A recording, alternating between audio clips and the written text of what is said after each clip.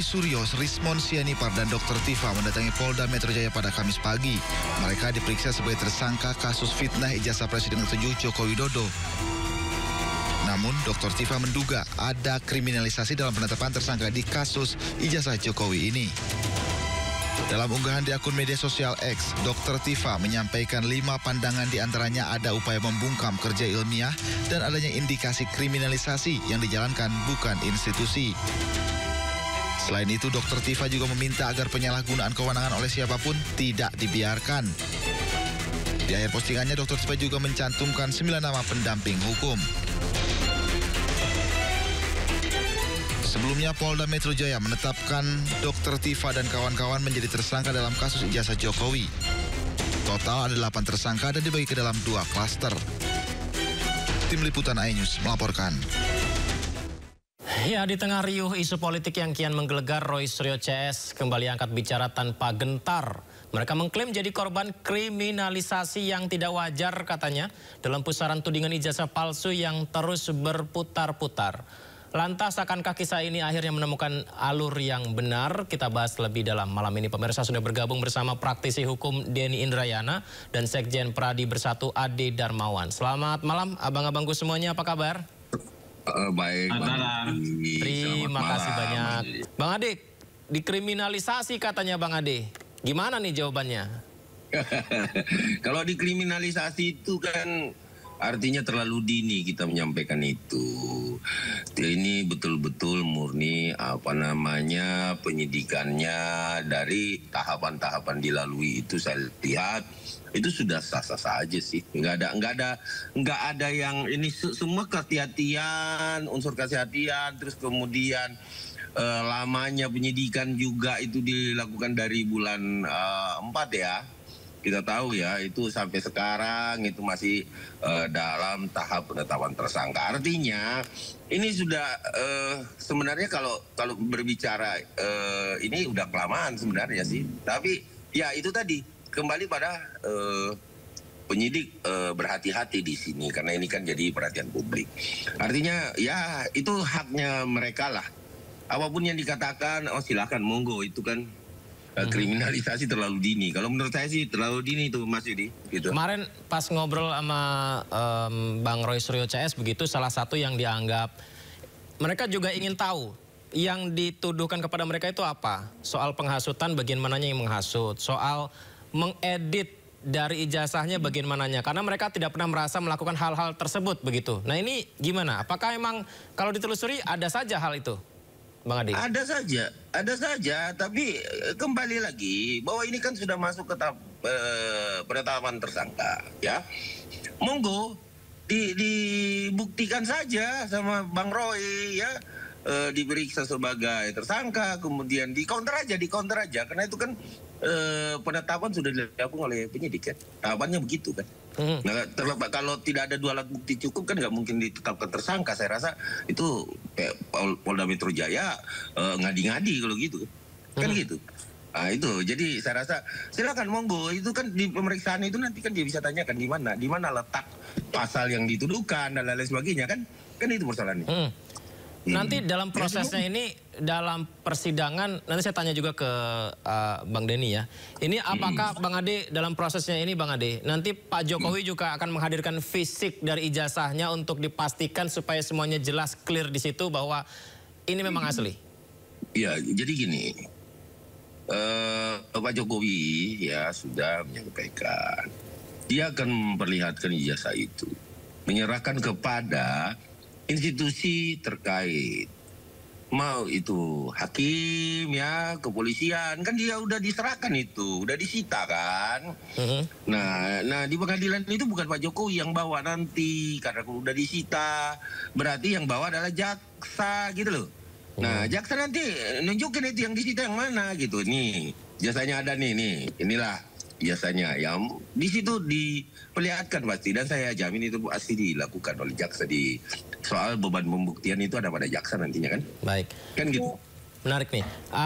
Bang Denny, jadi begini Bang Denny, ada statement beberapa yang saya baca-baca dan saya saksikan ada komentar dari para ahli ya. Salah satunya adalah soal mentersangkakan Roy Suryo CS begitu, seharusnya dibuktikan dulu bahwa ijazah itu benar atau tidak di pengadilan. Apakah harus seperti itu, Bang Denny? Begini ya, hukum itu logis, hukum itu tidak hanya prosedural, hukum itu juga material. Dia tidak hanya bicara tentang proses yang kaku, tapi sering juga harus menunjukkan inti masalah yang mudah begitu. Jadi kalau pendekatannya sangat prosedural, hukum itu cenderung tidak adil. Nah, bagaimana menunjukkan satu ijazah palsu dan tidak, itu sebenarnya kan tidak harus menunggu proses persidangan. Yang harusnya itu menjadi upaya hukum terakhir. Kenapa? Karena dia akan mengganggu keseimbangan hubungan relasi antara pihak gitu. Karena pidana itu ada pembatasan hak asasi manusia, pemenjaraan dan lain-lain. Upaya-upaya hukum yang paksa yang bisa merusak hubungan baik dalam hal ini antara Pak Jokowi dengan sekarang statusnya tersangka Roy Suryo dan kawan-kawan. Jadi sebenarnya pendekatannya bahkan bukan perkara perdata, bukan hanya dalam perkara pidana, dalam perkara perdata saja sudah ada yang namanya mediasi. Yang itu dilakukan dengan sangat resmi, ada hukum acaranya sebelum masuk ke pokok perkara. Apalagi dalam konteks pidana selalu ada proses untuk mengedepankan menyelesaikan masalah-masalah itu secara lebih informal, lebih personal, yang semestinya bisa dilakukan. Dan itu yang saya heran gitu. Kita semua tidak sedikit yang heran dan berulang kali menanyakan mengapa Pak Jokowi tidak dengan sederhana saja, menyederhanakan saja, tidak perlu mengedepankan pendekatan pidana, menunjukkan gitu ijazahnya ini, sehingga tidak berlarut-larut dramanya semacam ini. Kenapa kemudian ini menjadi penting? Kenapa muncul diksi dan narasi kriminalisasi? Karena memang dengan sedih saya berpandangan penegakan hukum kita, politik penegakan hukum kita itu memang masih belum ideal. Ada faktor mafia hukum di sana yang masih kental.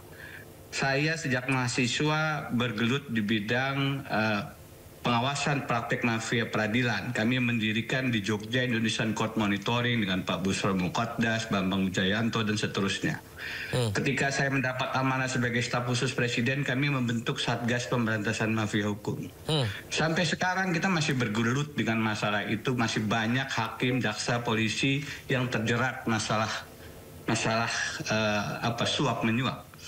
Dan bukan hanya itu kan, kita melihat bagaimana intervensi kekuasaan dengan kasat mata muncul dalam berbagai kasus yang menjelma dalam Pilpres kemarin. Kalau koalisi menjadi kasus korupsi, kalau oposisi ya. Kalau koalisi ya tenang-tenang saja begitu. Ini yang kemudian ya, saya dari Melbourne membuat puisi, Bang, judulnya Korupsilah dalam Pelukan Koalisi. Karena kalau oposisi itu dipukul, kalau koalisi ya dirangkul. Oke. Dan itu politik sandera Pak Jokowi. Oke. Itu kelihatan dalam bentuk cawe-cawenya itu. Nah, maka ketika kemudian sekarang itu terwujud dalam cara menghadapi masalah ijazah palsu ini, saya kemudian memutuskan ini harus diadvokasi secara publik, dan saya ingin memberikan perspektif yang lebih mendasar bahwa ini tidak semata-mata masalah teknis hukum pidana.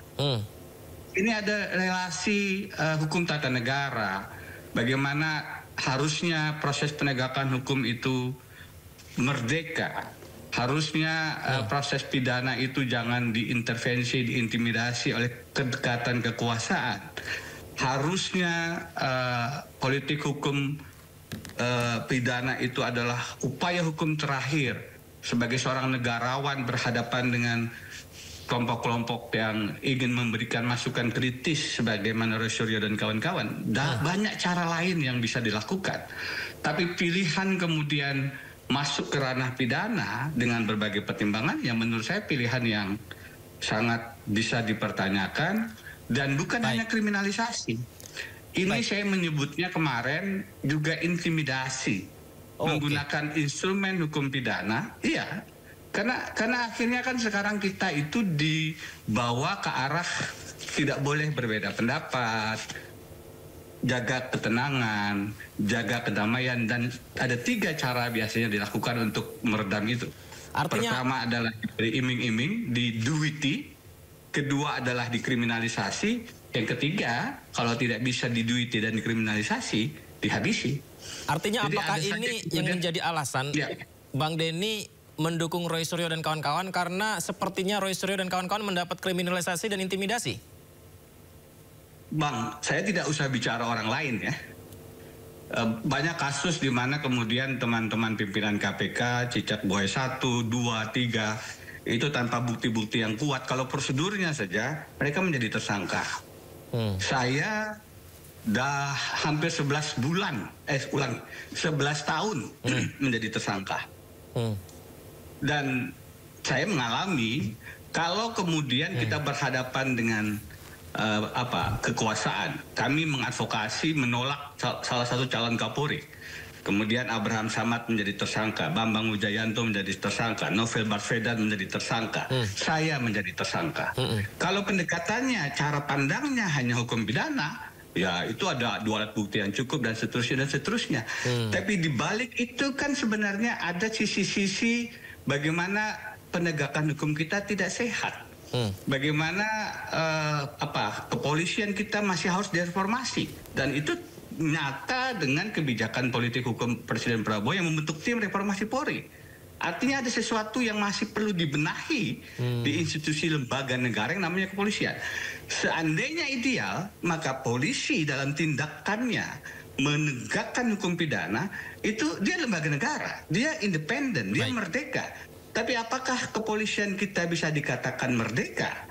Hubungan Kapolri dengan Presiden Jokowi yang dibangun sejak dari Solo, seberapa relasi personal itu mempengaruhi institusi kepolisian?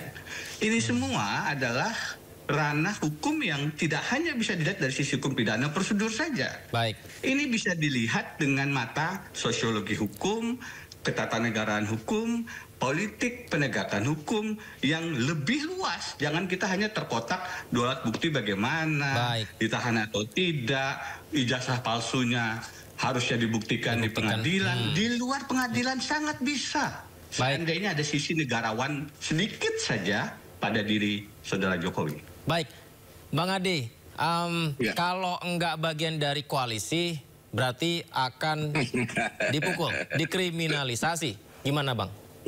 Ya, ya saya rasa Bang Denny itu pendapat Bang Denny ya.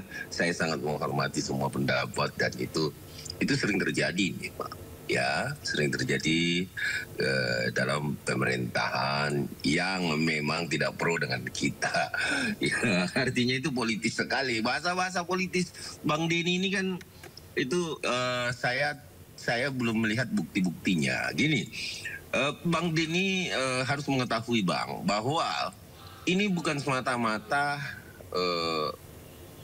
Pak Roy ini mau mencari kebenaran, Bang Denny. Bahwa Mas Yudi ya, ijazah itu dia bukan mau melihat atau ditunjukkan ya. Itu dia mau lihat, dia mau teliti, dia yang mau membuktikan asli atau tidak. Nah sekarang kapasitas Roy Suryo ini apa? Sementara otoritas, ya sekali lagi saya sampaikan, otoritas UGM sudah menyampaikan gini loh. Saya analogikan begini Bang Indra, ya, bahwa kemudian ada SIM, ya, diprotes oleh kawan saya bahwa SIM itu adalah palsu. Sementara saya sampaikan bahwa cek aja SIM ini, bawa aja, tanya aja ke polisi. Kan polisi tahu tuh, lantas tahu tuh SIM saya. Kan ada datanya di sana. Nah, kemudian polisi mengatakan bahwa SIM-nya iya benar itu dikeluarkan oleh kami. Nah, itu persoalan sesederhana itu sebenarnya. Namun ini digiring-giring sampai ke kuburan lah. Yang paling lebih biadab lagi ya Bang Indra ya, bahwa Bang Roy ini sampai ke kuburan loh. Mana ada penelitian orang mati untuk mau diambil sampel DNA-nya lah, inilah. Itu yang terjadi loh Bang Indra. Jadi saya rasa Bang Indra juga harus melihat lebih luas bahwa kalau ada orang yang merasa dikriminalisasi, tentu juga ada orang yang diterpa saat ini berita hoaks gitu loh. Iya kan? Nah, bagaimana kita memikirkan juga keluarga beliau seperti apa menghadapi ini, walaupun beliau itu sangat tegar saya tahu ya. Nah, tetapi pernah kita bayangkan nggak kalau kita yang mengalami hal seperti itu? Semua tidak ada kepercayaan. Percaya deh, diperlihatkan aja Bang Indra, Bang Denny ya. Bang Denny kalau diperlihatkan aja ke Rui Sugio ini barang nih di luar pengadilan nih, Bang Denny, nggak selesai Bang Denny. Percaya sama saya, nggak selesai. Memang udah wataknya begitu, udah benci. Jadi ada unsur kebencian di sini, Bang Denny. Jadi marilah kita kalau memang artinya mau ditahan tidak ditahan, kami tiap pelapor, saya dan Pak Jokowi, ya adalah kami sama-sama pelapor. Beliau mengambil delik aduan, saya delik umumnya. Nah, Maksudnya? udahlah, ditahan tidak ditahan, ya. Ditahan tidak ditahan itu kembali ke kewenangan penyidik atau Polri. Bang Ade, Ya. maksudnya apa ya? Saya mau sampaikan di sini bahwa begini, udahlah kita proses hukum ini sampai ke pengadilan, kita lihat yang mana yang benar, ya kan? Silakan diperiksa, dibuka, dilihat di dalam peradilan pidana ini. Karena gini, dikasih tahu di luar peradilan, Bang Denny, itu tetap aja Bang, nggak bakal, otaknya udah palsu Bang, palsu dan palsu Bang. Baik. Demikian, Bang Indra. Nanti ketika ada update-nya atau pemeriksaan selanjutnya, Indonesia soal itu. izin saya bisa mengundang kembali Bang Denny dan Bang Ade ya untuk berdiskusi kembali kita ya. Terima kasih banyak, sayang waktu kita terbatas. Terima kasih Bang Ade, Bang Denny. Bang Denny. Selamat malam. Terima kasih. Assalamualaikum. Ya, Bang Denny.